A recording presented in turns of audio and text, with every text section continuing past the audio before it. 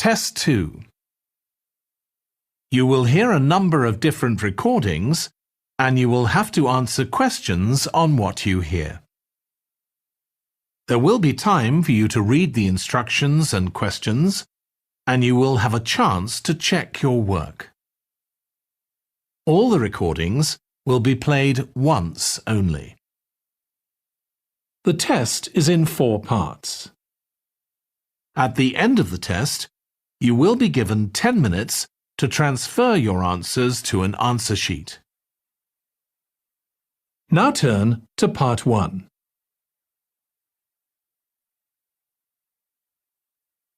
Part 1. You will hear a woman talking to a doctor at a clinic about a medical problem. First, you have some time to look at questions 1 to 4.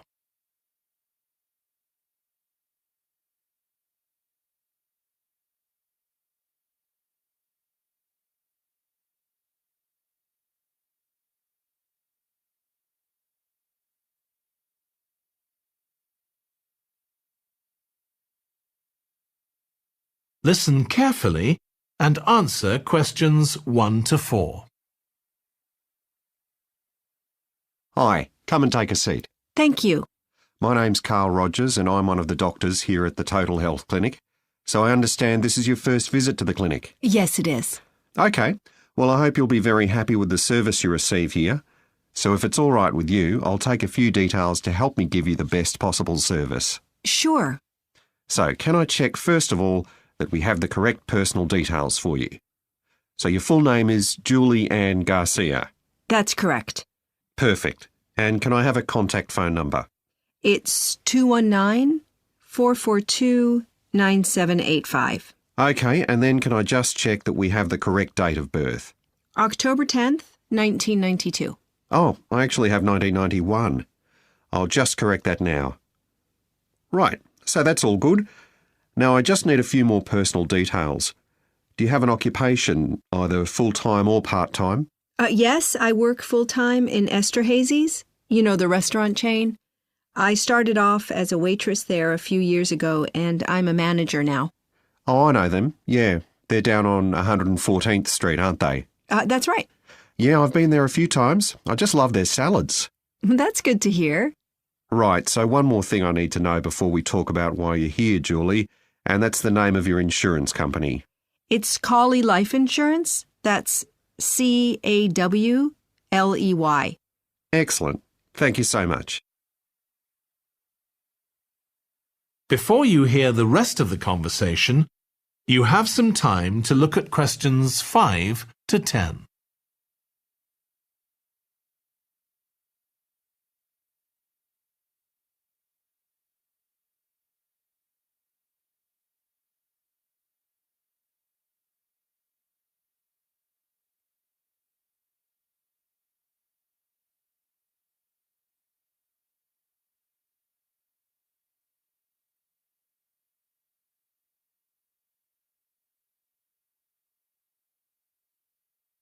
Now listen and answer questions 5 to 10. Now, Julie, let's look at how we can help you. So tell me a little about what brought you here today. Well, I've been getting a pain in my knee, the left one. Not very serious at first, but it's gotten worse, so I thought I ought to see someone about it. That's certainly the right decision. So how long have you been aware of this pain? Is it just a few days, or is it longer than that? Longer. It's been worse for the last couple of days, but it's 3 weeks since I first noticed it. It came on quite gradually, though, so I kind of ignored it at first. And have you taken any medication yourself or treated it in any way? Yeah, I've been taking medication to deal with the pain, Tylenol, and that works okay for a few hours, but I don't like to keep taking it.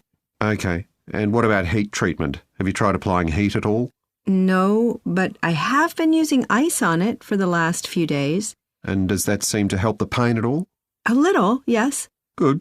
Now, you look as if you're quite fit normally. I am, yes. So do you do any sport on a regular basis? Yes, I play a lot of tennis. I belong to a club, so I go there a lot. I'm quite competitive, so I enjoy that side of it as well as the exercise, but I haven't gone since this started. Sure. And do you do any other types of exercise? Yeah, I sometimes do a little swimming, but usually just when I'm on vacation. But normally I go running a few times a week, maybe 3 or 4 times. So your legs are getting quite a pounding, but you haven't had any problems up to now? No, not with my legs. I did have an accident last year when I slipped and hurt my shoulder, but that's better now. Excellent. And do you have any allergies? No, none that I'm aware of. And do you take any medication on a regular basis? Well, I take vitamins, but that's all. I'm generally very healthy. Okay. Well, let's have a closer look and see what might be causing this problem. If you can just get up. That is the end of part 1. You now have 1 minute to check your answers to part 1.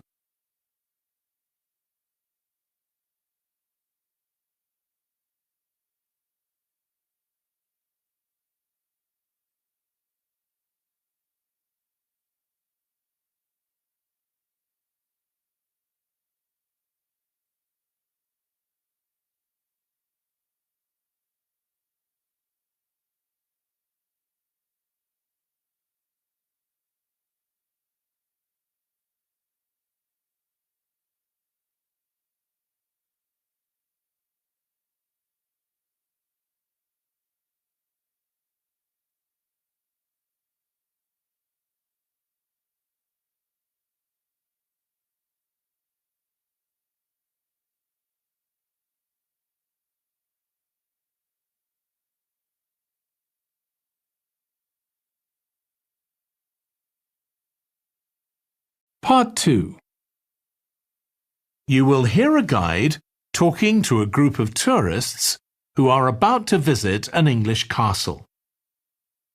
First, you have some time to look at questions 11 to 15.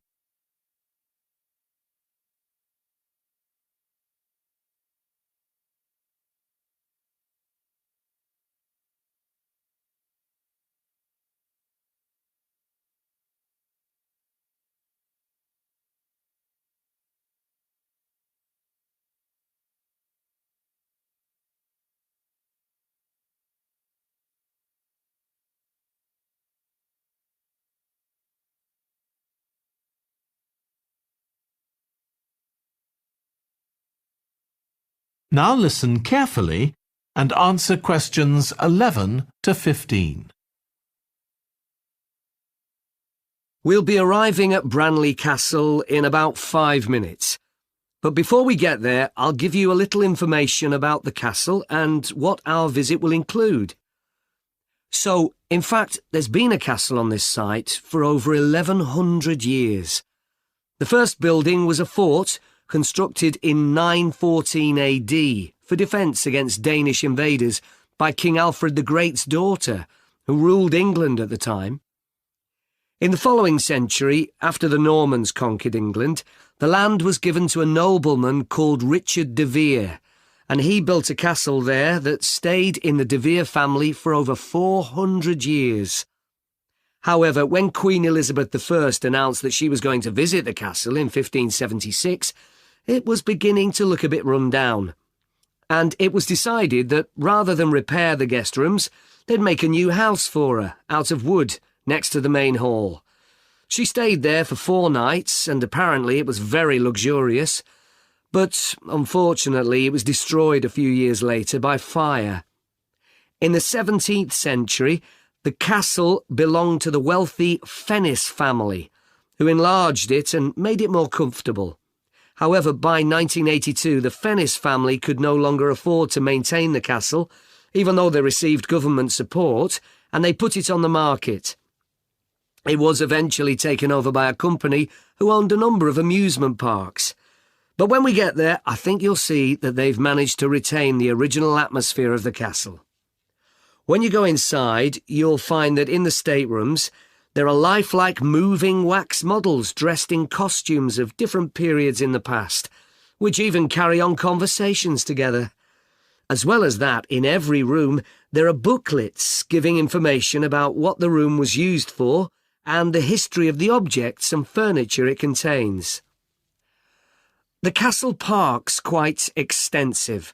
At one time, sheep were kept there, and in the 19th century the owners had a little zoo with animals like rabbits and even a baby elephant. Nowadays, the old zoo buildings are used for public displays of paintings and sculpture. The park also has some beautiful trees, though the oldest of all, which dated back 800 years, was sadly blown down in 1987. Now, you're free to wander around on your own until 4:30, but then, at the end of our visit, we'll all meet together at the bottom of the great staircase. We'll then go on to the long gallery, where there's a wonderful collection of photographs showing the family who owned the castle 100 years ago having tea and cakes in the conservatory. And we'll then take you to the same place where afternoon tea will be served to you. Before you hear the rest of the talk, you have some time to look at questions 16 to 20.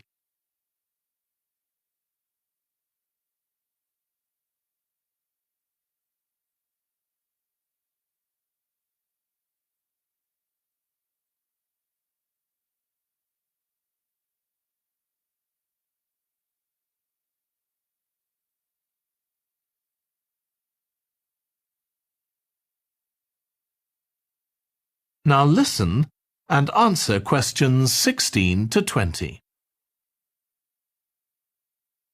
Now, if you can take a look at your plans, you'll see Branley Castle has 4 towers joined together by a high wall, with the river on 2 sides. Don't miss seeing the Great Hall. That's near the river in the main tower, the biggest one, which was extended and redesigned in the 18th century.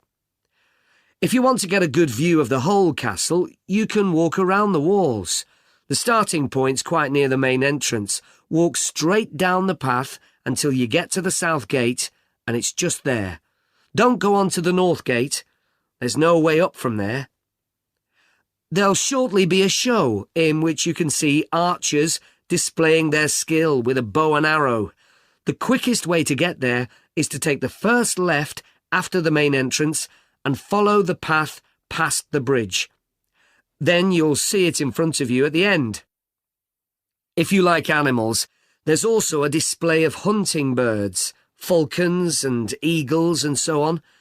If you go from the main entrance in the direction of the south gate, but turn right before you get there instead of going through it, you'll see it on your right, past the first tower.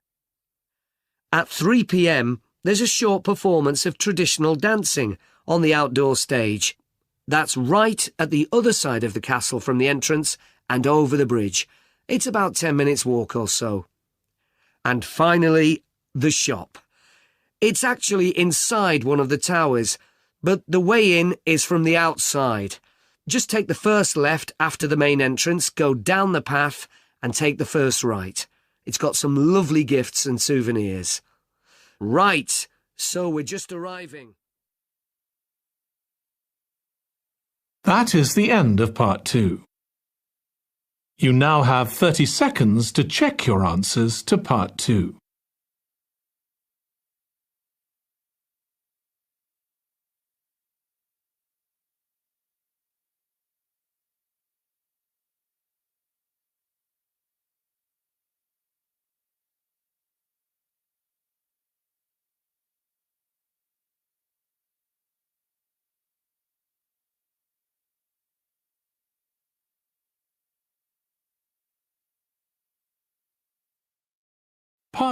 Part 3. You will hear 2 environmental science students, called Rosie and Martin, discussing their presentation on an extinct animal called the woolly mammoth with their tutor. First, you have some time to look at questions 21 to 24.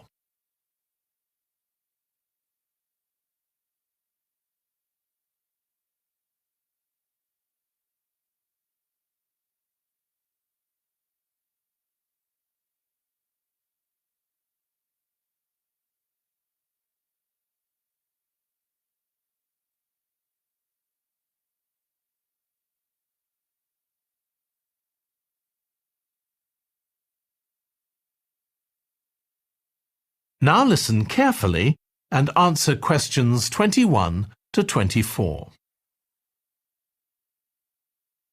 So, Rosie and Martin, let's look at what you've got for your presentation on woolly mammoths. OK, we've got a short outline here. Thanks. So, it's about a research project in North America. Yes, but we thought we needed something general about woolly mammoths in our introduction to establish that they were related to our modern elephant, and they lived thousands of years ago in the last ice age. Maybe we could show a video clip of a cartoon about mammoths, but that'd be a bit childish. Or we could have a diagram. It could be a timeline to show when they lived, with illustrations. Or we could just show a drawing of them walking in the ice. No, let's go with your last suggestion. Good. Then you're describing the discovery of the mammoth tooth on St. Paul's Island in Alaska and why it was significant. Yes, the tooth was found by a man called Russell Graham. He picked it up from under a rock in a cave. He knew it was special. For a start, it was in really good condition, as if it had been just extracted from the animal's jawbone. Anyway, they found it was 6,500 years old. So why was that significant? Well, the mammoth bones previously found on the North American mainland were much less recent than that, so this was really amazing. Then we're making an animated diagram to show the geography of the area in prehistoric times. So, originally, St. Paul's Island wasn't an island. It was connected to the mainland, and mammoths and other animals, like bears, were able to roam around the whole area. Then the climate warmed up and the sea level began to rise, and the island got cut off from the mainland. So those mammoths on the island couldn't escape. They had to stay on the island. And in fact, the species survived there for thousands of years after they'd become extinct on the mainland. So why do you think they died out on the mainland? No one's sure. Anyway, next we'll explain how Graham and his team identified the date when the mammoths became extinct on the island. They concluded that the extinction happened 5,600 years ago, which is a very precise time for a prehistoric extinction. It's based on samples they took from mud at the bottom of a lake on the island.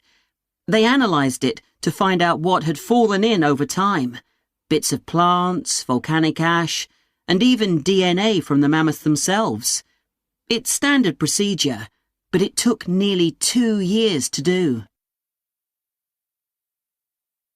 Before you hear the rest of the discussion, you have some time to look at questions 25 to 30.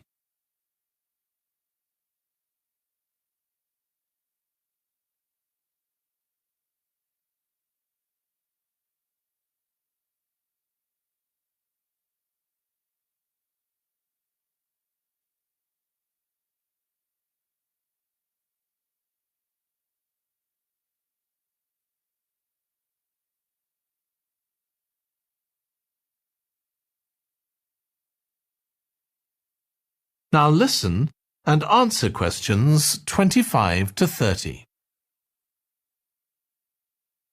So why don't you quickly go through the main sections of your presentation and discuss what actions needed for each part? OK. So, for the introduction, we're using a visual. So once we've prepared that, we're done. I'm not sure. I think we need to write down all the ideas we want to include here, not just rely on memory. How we begin the presentation is so important. You're right. The discovery of the mammoth tooth is probably the most dramatic part, but we don't have that much information, only what we got from the online article. I thought maybe we could get in touch with the researcher who led the team and ask him to tell us a bit more. Great idea. What about the section with the initial questions asked by the researchers? We've got a lot on that, but we need to make it interesting. We could ask the audience to suggest some questions about it and then see how many of them we can answer.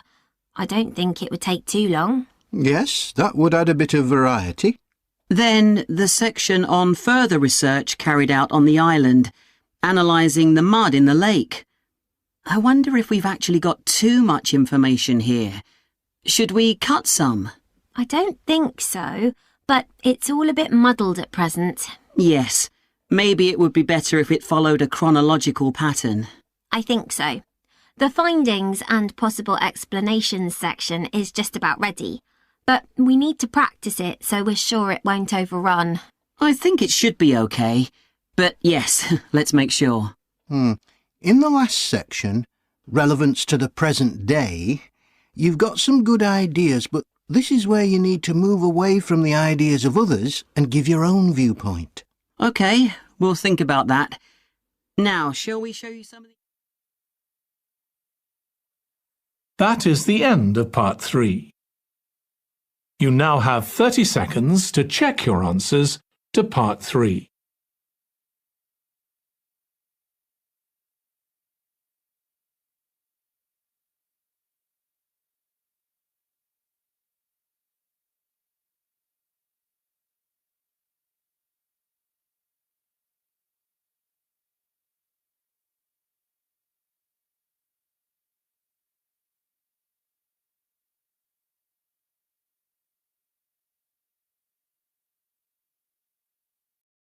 Part 4. You will hear a lecture about the history of weather forecasting. First, you have some time to look at questions 31 to 40.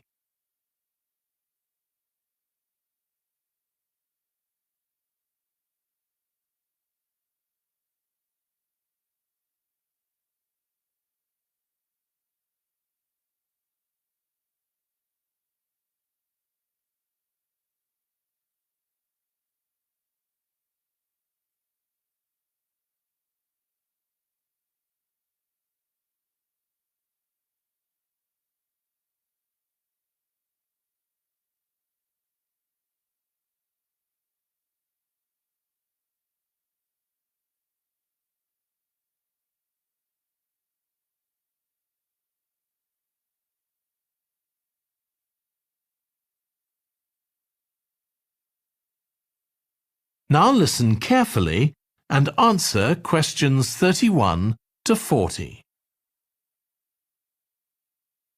In this series of lectures about the history of weather forecasting, I'll start by examining its early history. That'll be the subject of today's talk. OK, so we'll start by going back thousands of years. Most ancient cultures had weather gods, and weather catastrophes, such as floods, played an important role in many creation myths. Generally, weather was attributed to the whims of the gods, as the wide range of weather gods in various cultures shows. For instance, there's the Egyptian sun god Ra, and Thor, the Norse god of thunder and lightning. Many ancient civilizations developed rites such as dances in order to make the weather gods look kindly on them. But the weather was of daily importance. Observing the skies and drawing the correct conclusions from these observations was really important. In fact, their survival depended on it. It isn't known when people first started to observe the skies, but at around 650 BC, the Babylonians produced the first short-range weather forecasts, based on their observations of clouds and other phenomena. The Chinese also recognized weather patterns, and by 300 BC, astronomers had developed a calendar which divided the year into 24 festivals, each associated with a different weather phenomenon. The ancient Greeks were the first to develop a more scientific approach to explaining the weather. The work of the philosopher and scientist Aristotle in the 4th century BC is especially noteworthy, as his ideas held sway for nearly 2,000 years. In 340 BC, he wrote a book in which he attempted to account for the formation of rain, clouds, wind, and storms. He also described celestial phenomena such as halos, that is, bright circles of light around the sun, the moon, and bright stars, and comets. Many of his observations were surprisingly accurate. For example, he believed that heat could cause water to evaporate, but he also jumped to quite a few wrong conclusions, such as that winds are breathed out by the earth. Errors like this were rectified from the Renaissance onwards.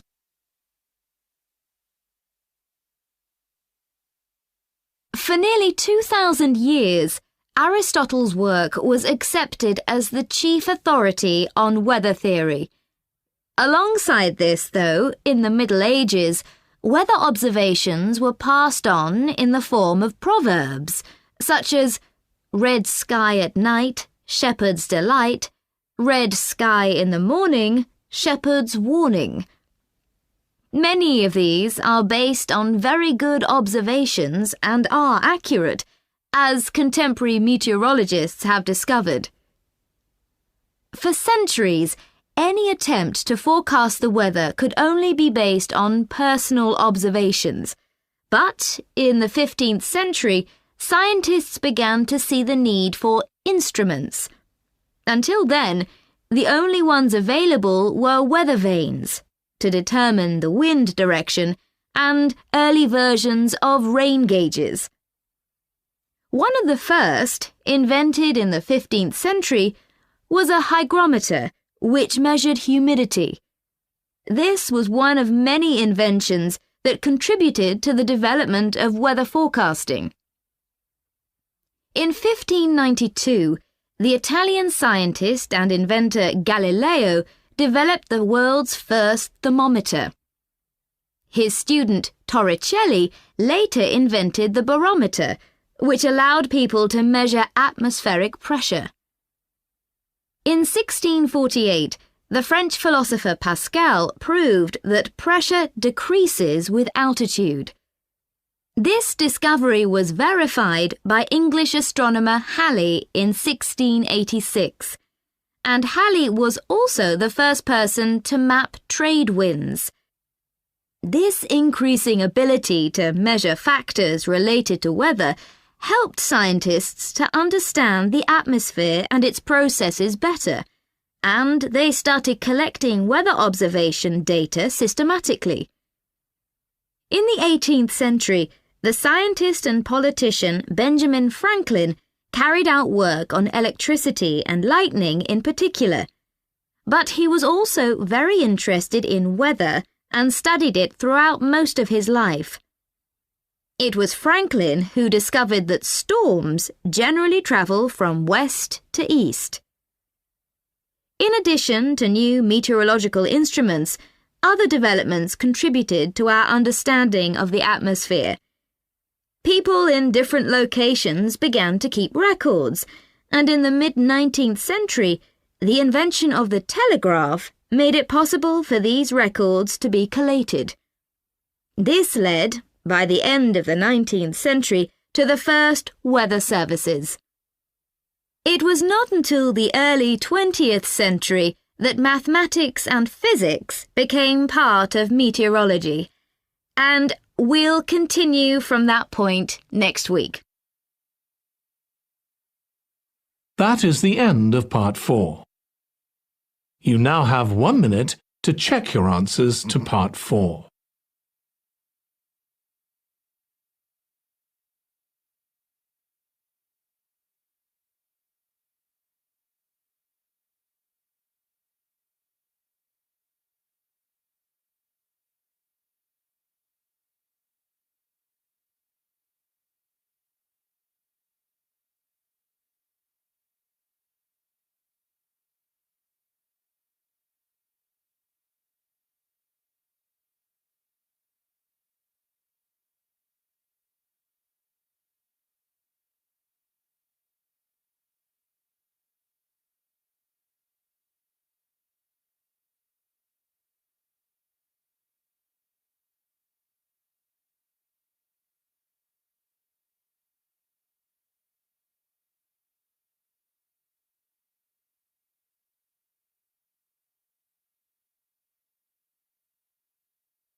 That is the end of the listening test.